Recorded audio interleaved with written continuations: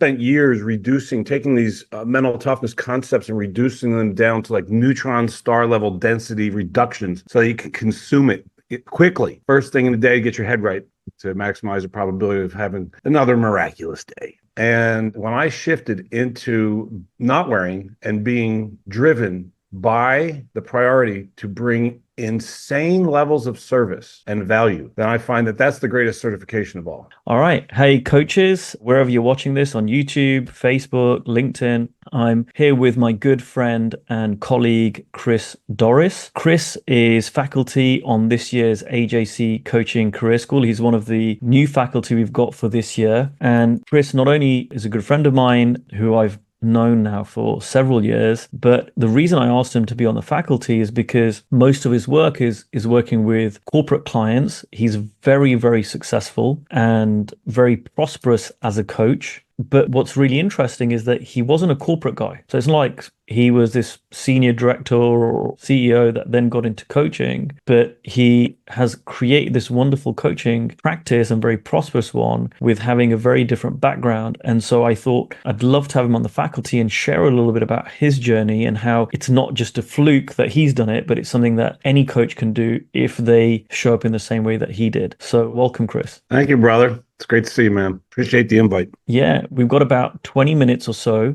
I want to keep these really short and sharp and just give people a good feeling for what your masterclass is going to be about. I'm super excited because I know I've interviewed you before, but every time we talk, whether we meet up just socially, I always learn from you. I learn so much. And so I'm looking for, that's my like kind of secret. That's not a secret that every single person is on the faculty. I'm going to be taking notes. I'm going to be learning from. But today I wanted to just give people a little feel for what your masterclass is going to be like. And I know there's so many directions we can go. Why don't we start? Because before we started recording, you started telling me a little story about someone who you spoke to recently who was asking you your advice about getting into coaching, and what you were talking about, the importance or lack of around certification, I think is super important.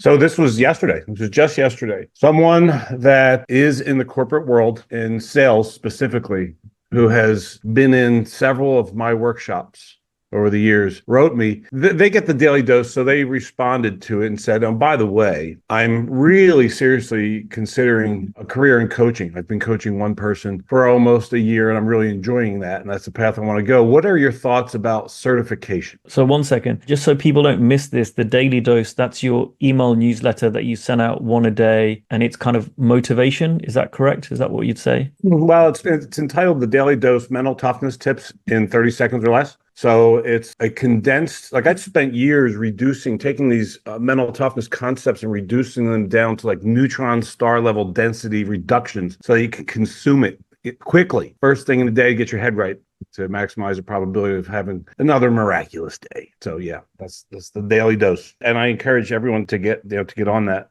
Seconded, by the way. It's really early in this conversation to do a plug, isn't it? Well, the thing is, everything that I do is coming from service. So if I see something that's really good, I'm happy to share it. So do check that out. So your client was reading the daily dose and he said, oh, I'm thinking about becoming a coach. I'm a client. He's someone that's been in workshops, working for one of the companies that I've trained over the years. And he, asked about certification for coaching. And I said, quite honestly, man, my opinion on that is you don't need certification. I don't have any, I've never been certified. I'm certifiable, but I've never actually got a certification. And in coaching, as I learned from one of my former coaches, the godfather of coaching, who I understand is also faculty here. My bank account balance is a direct reflection of my level of service. I have lived by that since I learned that from him. My bank account, I used to worry a lot about money. And when I shifted into not worrying and being driven by the priority to bring insane levels of service and value, then I find that that's the greatest certification of all. And I'm not saying, look, I don't even know about schools like certification schools like the ICF. I don't know anything about them.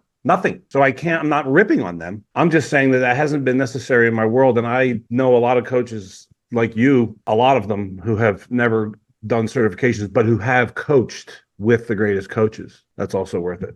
Acknowledging. So I want to and you don't have to give a number if you don't want to, but can you give an indication? Because I think this maybe surprise people, maybe not, but can you give an indication of when you said you've not needed it and you've been successful, like, are you allowed to give us a number in terms of because a lot of people talk about 6-figure coaches. Are we allowed to say anywhere near kind of what your revenue stream is for coaching? I guess it's Good. It's a lot, and it's going up. For the last, I'd say, 6 or 7 years, I have made the high six figures and bleeding over into seven. Okay. And it's important to acknowledge also that, and this isn't brag, you just asked, when people ask me, you know how like one of the colloquial ways of saying hello is, hey, you keep them busy? It's like really a stupid phrase, but a lot of people say, you keep them busy. I love it when they say that because I say no. I might say more. I'll say I'm only exactly as busy as I want to be. I have a lot of white space. I know my cadence. So I'd like to add to that. Like I make great money and I have an unbelievably comfortable schedule. I have a lot of free time for the things that matter most to me because there's no price tag on that. So no, I'm not busy. I'm exactly as busy as I want to be. This is why I love having you in the faculty, Chris, because I mean, this almost sounds like too good to be true, and I know you don't do a lot of this. You don't go onto a bunch of coaching schools and faculty on that. And that's why I really appreciate you saying yes to being on the faculty here, because you're really walking your talk. You're making very good money. There's very few coaches who will ever make seven figures as coaches, and you're making very good money. You're doing it from this place of deep service. You're not having some kind of marketing machine that you are kind of tricking people into working with you. You do great work with these corporates, great work with these corporate leaders. You don't have a bunch of certifications. You know, a lot of things that people think you need. You don't have a corporate background. You're actually living what you talk, and you're not having the thing that a lot of people think you need, like the certification, the corporate background. You know, I was visiting my birth mother. I was adopted and reunited, and I was visiting her up in Oregon one time. I haven't thought of this story in a long time. You just reminded me of it. We were out at a jazz show, and before it started, sitting in a room, it was like a room off of an Italian restaurant, you know, where they had a stage and a bunch of tables. And this elderly woman was listening to our reunion story, and she was very enamored by it. And she said, "What do you do for a living?" And it was a bunch of geriatric people on that, and I made the mistake of saying, I am Viagra for the mind.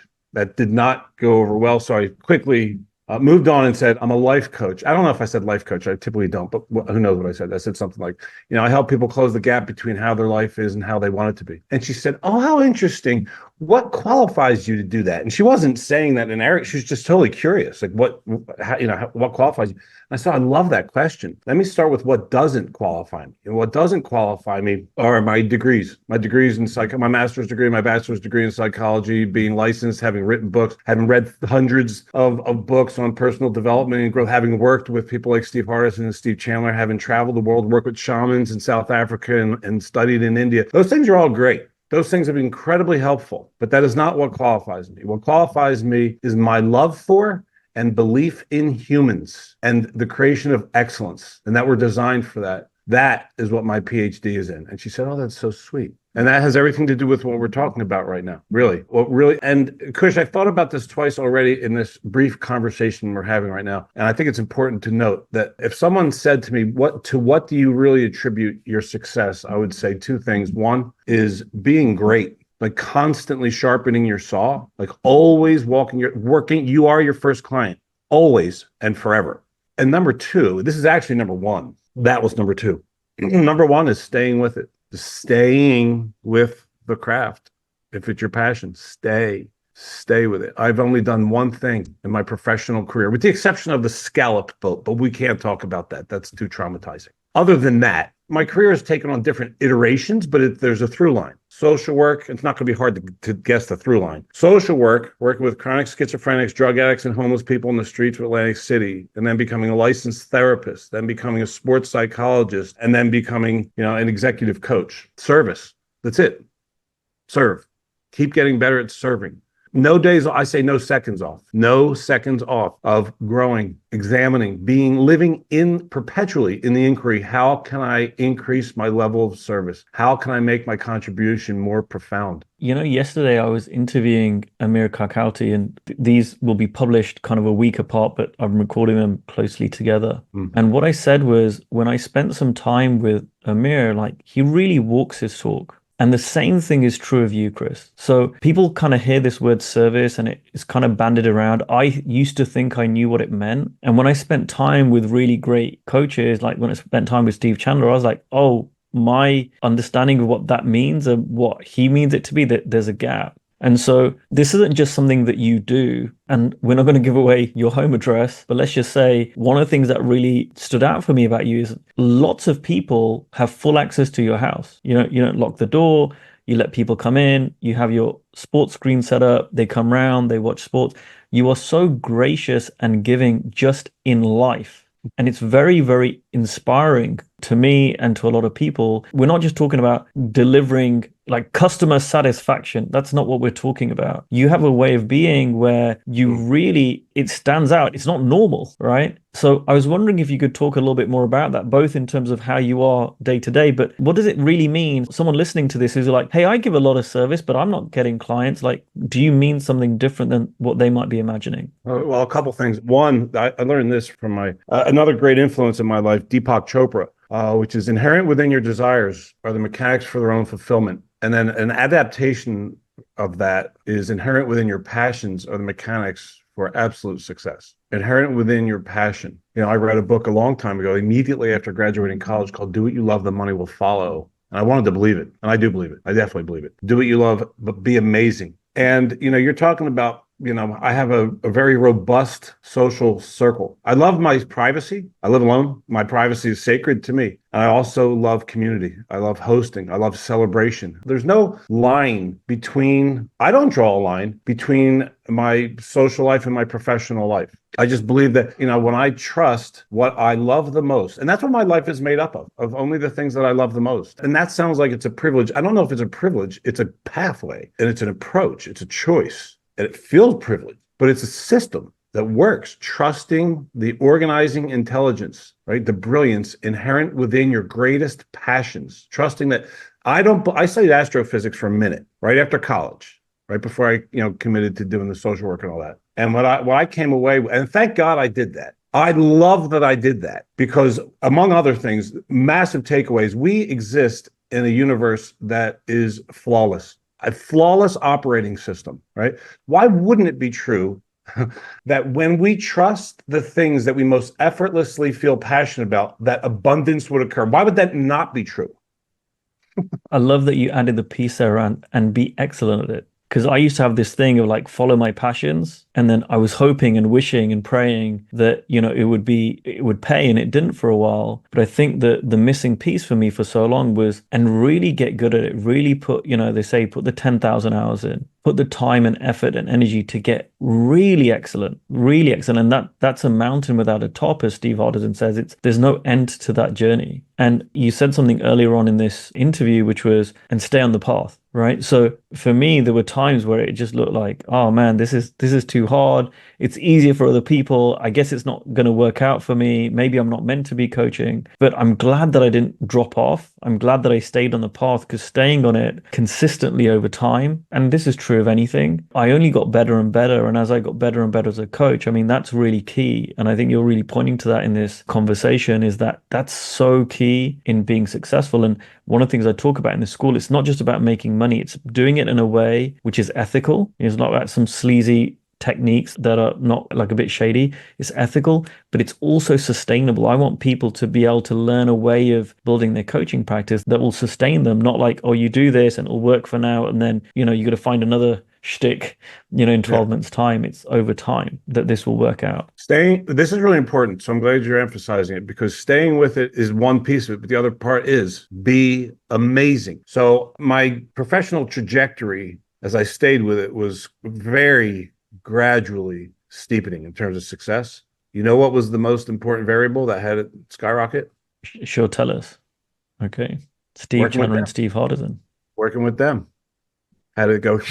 My very final coaching, this is kind of cool, because my final coaching session in Arizona was when Steve Chandler was leaving Arizona to go back to Michigan. And we had our last session in the town of Chandler, where I live, right, at a resort nearby in the Chandler room. It was like a Chandler overload. But he asked me during this session, a question which changed my life. And it's completely relevant to everything we've discussed here so far, which is, he said, there was one company that I was working with that at the time was my biggest customer, huge company, multi-billion-dollar international company. And he said, if that was the only customer or client that you were allowed to have, that company, how would you serve them more deeply? And I realized that's such an obvious question that I'd never entertained before. I never even entertained that. That's not complex, but it's brilliant. And it has stayed with me up as recently, it's 8 o'clock here in the morning, right? As recently as yesterday, I have a new biggest client, another huge company. And I am right now approaching year 2 of a 2-year contract. And I'm already planning my proposal moving forward I'm already creating offerings that I don't know if they're even going to want. Tons of videos and hours, a clone, all this stuff to serve way more broadly and deeply and powerfully. And I know that it's going to turn into more income. It's going to turn into like a lot more income. And that's just fun, but it's all service and it's passion and it's being amazing. I love that question. And it's something similar that I said in the school last year, which, makes sense because we both worked with Steve Chandler, and I think he asked me a similar sort of thing of what if, because so many coaches are taught to go out and market and increase their reach and create new, potential clients and whatever else. And I'm not saying that's bad, but it was like, what if no one else outside of your current network knew that you were a coach? What if you couldn't tell anyone else? You could just work with your existing network, the people that you already know, or you can say all your existing clients. And it's such a great question because we then get to tap into our innate creativity to start coming up with different ideas. Oh, I guess I could do this, or I guess I could do that. And I think when you're pointing to this whole thing around insane levels of service, it's not just doing the norm, it's really getting very, very creative to think about ways to really over deliver from what you've been paid to do. That's it. There you go. Creativity, right? Create and over delivering. Because he asked me that question because he sensed from me, and he's a wizard at this, that I was looking to grow my business, but I was looking elsewhere. I was looking, where do I get new clients? Where do I get what new company can I work with? He says, slow down, man. You got a gold mine right here. Slow down. And stay with it. Stay with them. They dig you. You're doing great work. Go way deep. What can you think of that you've never thought of before, that they would never be able to think of from you, that they could never ask you for because they can't even think of it? You haven't even thought of it yet. It's so brilliant. I can't wait for your masterclass. I've got so many ideas just from this 20 minutes myself and great reminders just in terms of where I'm at in my own business right now. So thank you so much for this, Chris. You really have blessed the school by agreeing to be part of it. I know that the clients, there's going to be ripples coming out of this, which are going to have an impact on a lot of people that we don't even know yet. So that's really, really exciting for me. Is there anything you want to say before we wrap up today? Yeah, I want to acknowledge you, brother. I want to acknowledge the growth that you have made since I met you is inconceivable. The transformation that you've made, the greatness that you've created and what you continue to create is profound in such a brief period of time. There are very few people that I've ever known that have pulled that off the way you are pulling it off right now. So I acknowledge you, man. Thank you so much, Chris. That means a lot to me. And it's great to have faculty that every single one of the faculty are people that I kind of at one point I was starting out coaching, looking up to. And, now to have you all as faculty, it means a lot to me. So thank you for that acknowledgement. And it means a lot coming from someone who I admire, such as yourself. And I really mean everything that I said about you. You are really the real deal. You walk your talk. And I'm very, very selective about who I request to be faculty because it's not just about, you've got a big following or that, it would look good for the school, but someone who really, they are who they say they are. And that's you, brother. Thank you, man.